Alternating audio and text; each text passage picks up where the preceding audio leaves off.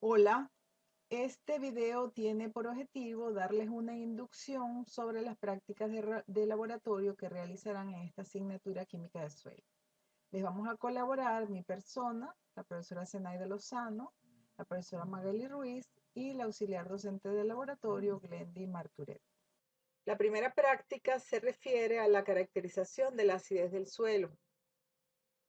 Una de las primeras determinaciones que se realizan cuando se envía una muestra a un laboratorio de suelo es la medición del pH, debido a que esta propiedad influye sobre una gran cantidad de factores relacionados con el rendimiento de los cultivos de importancia agrícola. El pH se refiere a la actividad de los iones hidrógeno en la solución del suelo y afecta la disponibilidad de los nutrimentos que requiere la planta, como los que vemos reflejados en esta gráfica. Tenemos macroelementos como fósforo, azufre, nitrógeno, potasio, y también tenemos los microelementos como hierro, manganeso y molibdeno. La biodisponibilidad de estos elementos se hace principalmente o se hace mayor principalmente a pH cercanos a la neutralidad, entre 6 y 7 de pH. Cuando las condiciones de pH no son adecuadas, por ejemplo, en el suelo hay unas condiciones de acidez, se restringe no solamente la disponibilidad de nutrientes, sino que muchas veces se restringe también el desarrollo de las raíces de la planta por presentarse algunos elementos en concentraciones tóxicas. El objetivo general de esta práctica es conocer y aplicar las técnicas de rutinas aplicadas en los laboratorios de suelo para caracterizar las fuentes de acidez de los suelos. Como objetivos específicos tenemos determinar el pH en suspensiones de suelo a distintas relaciones suelo-agua. Vamos a utilizar también distintas soluciones de electrolitos para evaluar las variaciones del pH en función de las reacciones de equilibrio, absorción-desorción. Vamos a determinar uno de los índices que se usan a nivel de laboratorio en forma rutinaria para caracterizar la acidez, como es la acidez total y la acidez intercambiable, a través de un análisis volumétrico. Y finalmente vamos a discutir las posibles fuentes de acidez del suelo asignado con los resultados que obtengamos de las mismas.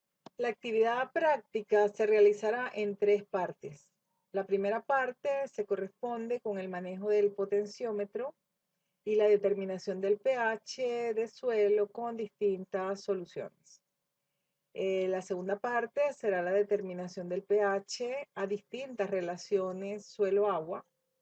Y la tercera parte será la determinación del aluminio e el hidrógeno intercambiable en el suelo por los métodos descritos por Joan y Gilabert.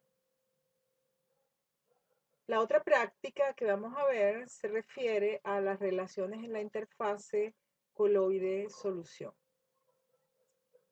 Una de las características más importantes de la fase sólida de los suelos es la presencia de partículas de tamaño coloidal. Esto es por debajo de 2 micrómetros. Estas partículas tienen actividad superficial o actividad de superficie que constituye la base de los procesos de absorción y desorción de iones en el suelo.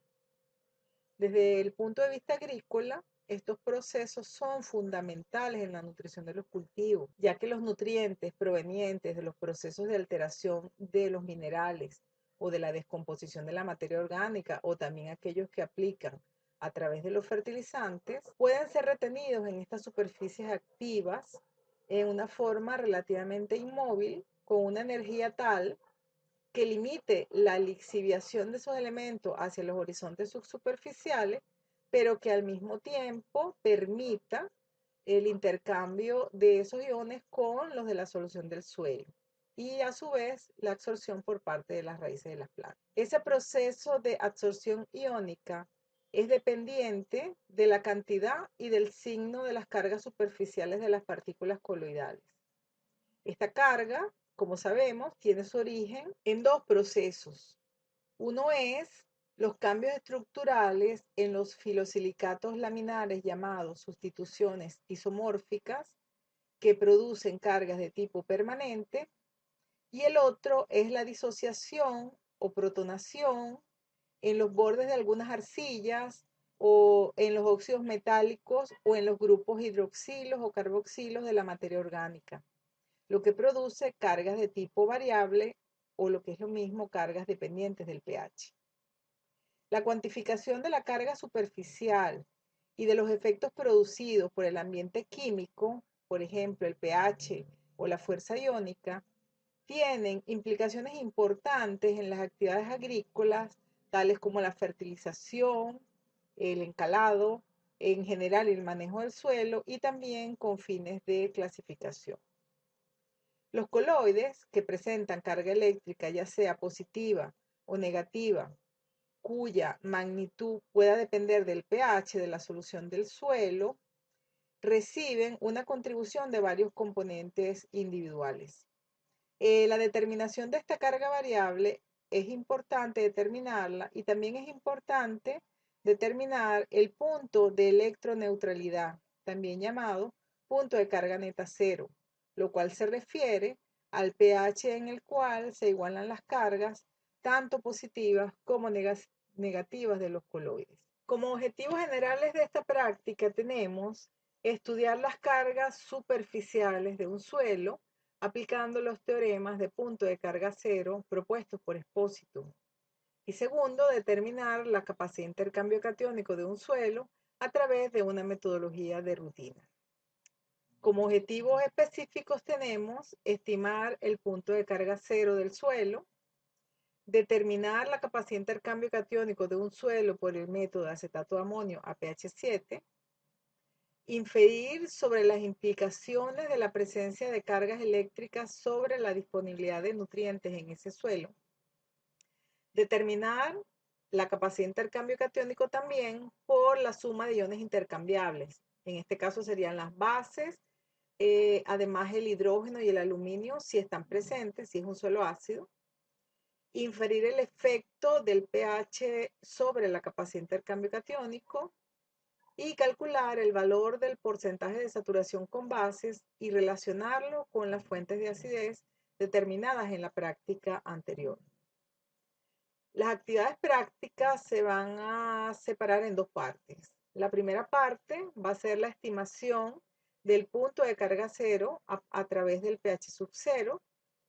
Y la segunda sería la determinación de la capacidad de intercambio catiónico por el método del acetato de amonio a pH 7 con la metodología descrita por Chapman en 1965. La siguiente práctica es sobre la determinación de algunas fracciones de la materia orgánica y el nitrógeno disponible. La materia orgánica del suelo es una mezcla heterogénea de diferentes fases de transformación de los materiales orgánicos que han sido incorporados al suelo. Esta mezcla varía con el tipo de suelo y con la profundidad. Generalmente conseguimos los mayores contenidos de materia orgánica en superficie y va disminuyendo progresivamente con la profundidad. La materia orgánica constituye un todo, pero es heterogéneo, donde la producción de las formas más estables es el resultado de un conjunto de reacciones tanto físicas como químicas y biológicas. A estas formas químicamente muy estables es lo que generalmente se conoce con el nombre de humus, aunque muchas veces el término de humus se utiliza en forma genérica para referirse a la materia orgánica. Aunque la materia orgánica es solo un pequeño porcentaje del volumen total de la mayoría de los suelos, generalmente está entre 1 y 6%, la cantidad y el tipo de materia orgánica influye en casi todas las propiedades que contribuyen a la calidad del suelo. Los diversos efectos de la materia orgánica pueden agruparse bajo las influencias ejercidas en las propiedades físicas, químicas o biológicas del suelo. Entre los principales efectos de la materia orgánica se puede mencionar que favorece la macro y la microagregación y por tanto afecta las relaciones agua-aire del suelo, muy importante a nivel de las propiedades físicas. Actúa como fuente y sumidero de nutrientes y disminuye la disponibilidad de algunos elementos tóxicos por su efecto quelatante. Además, modifica la eficacia y el destino de algunos pesticidas aplicados al suelo, entre otros. La materia orgánica tiene diferentes fracciones y en esta práctica vamos a determinar algunas componentes como el nitrógeno y el carbono orgánico total, pero también vamos a hacer la separación vía fraccionamiento de la materia orgánica que es estable, que es también denominada las sustancias húmicas del suelo. El objetivo general de la práctica es aplicar las técnicas de laboratorio utilizadas para caracterizar las diferentes fracciones de la materia orgánica. Los objetivos específicos sería primero determinar el nitrógeno total e inorgánico del suelo, determinar el contenido de carbono orgánico total del suelo, fraccionar la materia orgánica estable y determinar el carbono orgánico que está asociado a cada una de estas fracciones. Las actividades prácticas se van a desarrollar en dos partes. Primero es la determinación del nitrógeno total e inorgánico del suelo. Y segundo, vamos a hacer la determinación del carbono orgánico total y la determinación de las sustancias húmicas.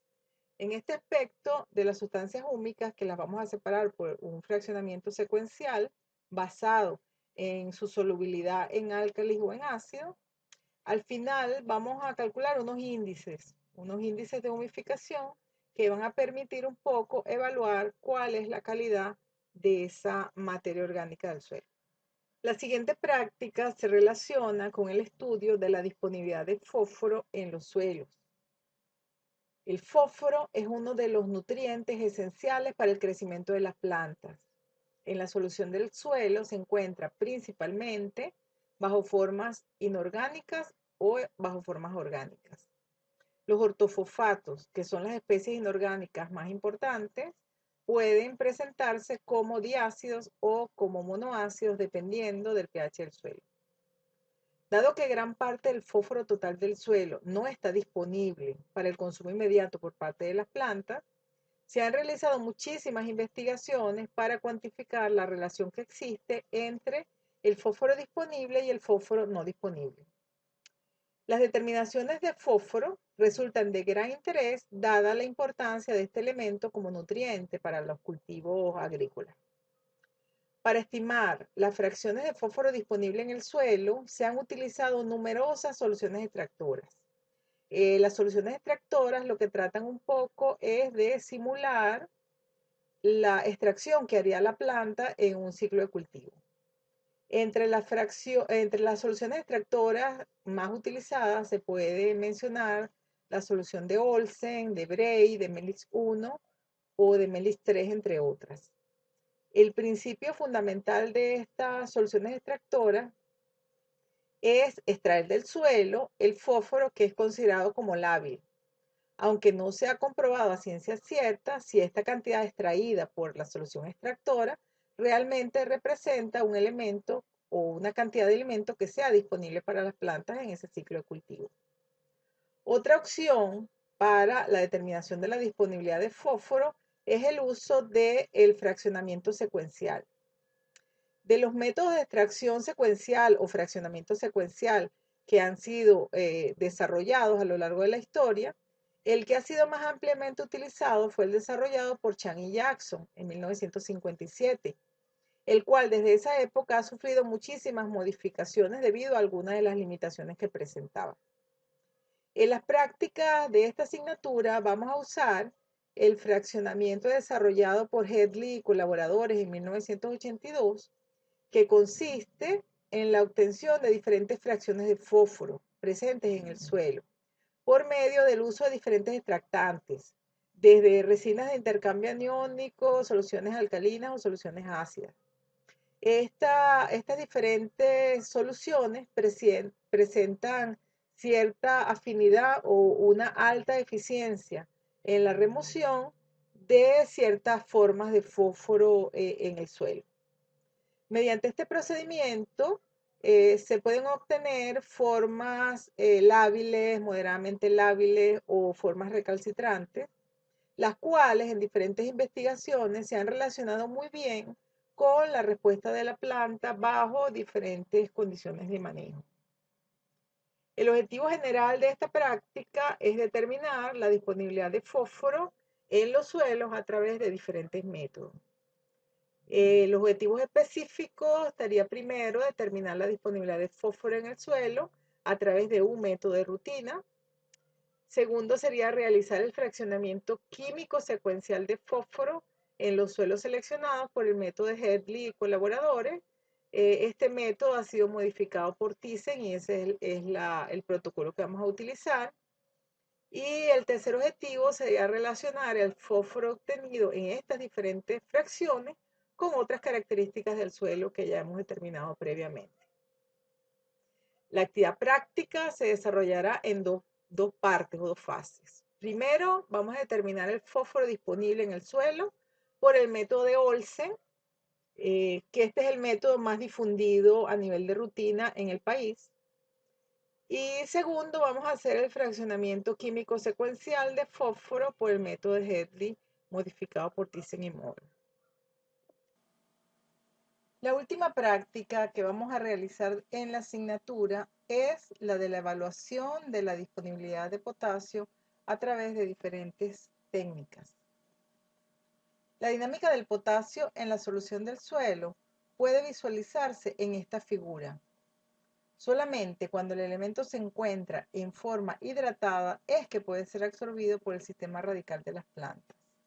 El ion potasio puede ser retenido por los coloides del suelo, que presentan cargas ya sea variables o permanentes de signo negativo. En el caso específico del potasio, las estructuras y formas de los minerales arcillosos presentan tres zonas de intercambio de cationes con diferentes afinidades para la absorción del elemento. Es decir, que el potasio puede ser retenido con diferentes intensidades dependiendo de la posición en que se encuentra. La primera de estas zonas son las cargas negativas localizadas en las superficies planas externas que presentan una baja selectividad de potasio. Esto es lo que llamamos el potasio planar. De manera que este puede ser fácilmente intercambiable por cualquier otro ion positivo. La segunda está constituida por las cargas en los bordes de los minerales que retienen el potasio con mayor fuerza que las primeras.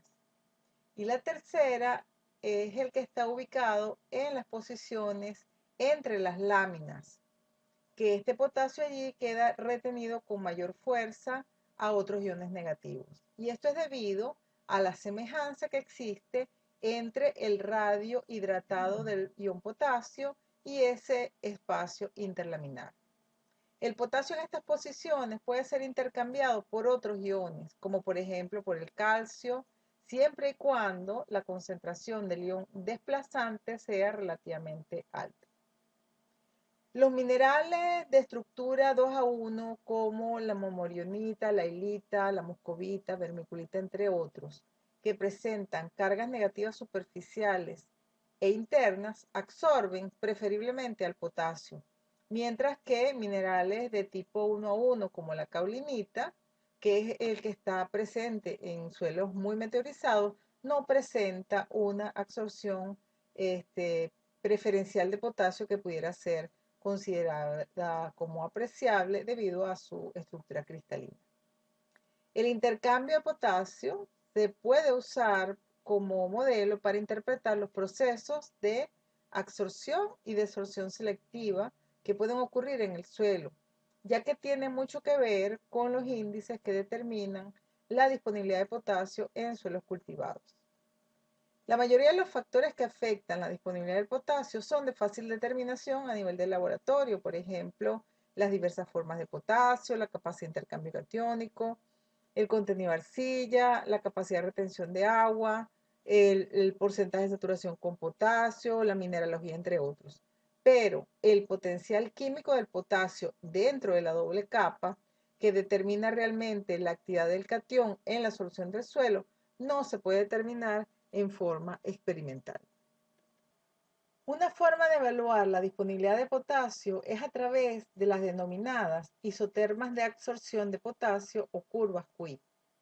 Beckett en 1964 sugiere que se puede relacionar en una curva un factor que proviene de la división de las actividades de potasio entre la raíz cuadrada de la suma de las actividades de calcio y magnesio, que son dos cationes que están relacionadas al potasio. Y esta relación se llama relación de actividad de potasio, porque está asociada con su disponibilidad. También lo llamamos factor intensidad y lo colocamos en el eje de las X. Y por otro lado, el contenido de potasio medido como ganancias o pérdidas del elemento en el suelo. Este factor se llama cantidad y lo colocamos en el eje de las Y. Como la curva que ven en la figura, donde están representados todos estos factores. Con esta curva es posible caracterizar, entre otras cosas, el estatus de potasio en el suelo, el número de sitios específicos para potasio y también la reacción del suelo ante las pérdidas del elemento por lavado o por extracción por parte del sistema radical de las plantas. Para realizar la curva cantidad-intensidad o QI, como la del ejemplo que vemos en la figura, se equilibra un determinado número de muestras de suelo en un rango de potasio y se analiza el sobrenadante para determinar la ganancia o pérdida del elemento en el suelo. Este valor, que sería el delta K o factor cantidad, es graficado contra la relación de absorción de potasio o factor intensidad. La curva debe mostrar, como vemos en la figura, dos regiones. Una región lineal que tiene altos valores de relación de absorción de potasio y otra asintótica a bajos valores de esta relación de actividad. El intersecto de la curva con el eje X o KE representa la concentración de potasio en el equilibrio en la solución del suelo, por lo que es lo mismo la concentración de potasio que el suelo mantiene en función de la cantidad de potasio intercambiable presente en el complejo de intercambio. El intersecto de la extrapolación de la parte recta con el eje Y o delta K sub 0 representa el potasio fácilmente intercambiable. La porción curva de la gráfica indica el número de sitios específicos para potasio, también denominado Kx, que puede calcularse también por la diferencia entre el delta K sub 0 y el intersecto de la extrapolación de la porción recta. Otro factor importante que puede obtenerse es la pendiente de la porción recta de la curva, que es denominada capacidad buffer de potasio, que se asocia a la capacidad de intercambio catiónico del suelo y también representa una medida de la habilidad que tiene el suelo para mantener un nivel de potasio en la solución. El objetivo general de esta práctica va a ser entonces determinar la disponibilidad de potasio en los suelos a través de diferentes métodos. Los objetivos específicos tenemos determinar la disponibilidad de potasio en el suelo a través de un método de rutina, construir la isoterma de absorción de potasio con los factores cantidad-intensidad o QI. A partir de esa curva QI, determinar la capacidad tampón, el potasio en equilibrio en la solución, el potasio intercambiable y el potasio absorbido o fijado. Y también vamos a interpretar la capacidad amortiguadora del potasio que presenta el suelo. Entre las actividades tenemos que vamos a determinar el potasio disponible e intercambiable del suelo por los métodos de Olsen y por el método de acetato de amonio. Y la segunda parte es la construcción de la curva o isoterma de absorción de potasio QI. Bueno, esas son todas las prácticas. Suerte y nos vemos más adelante.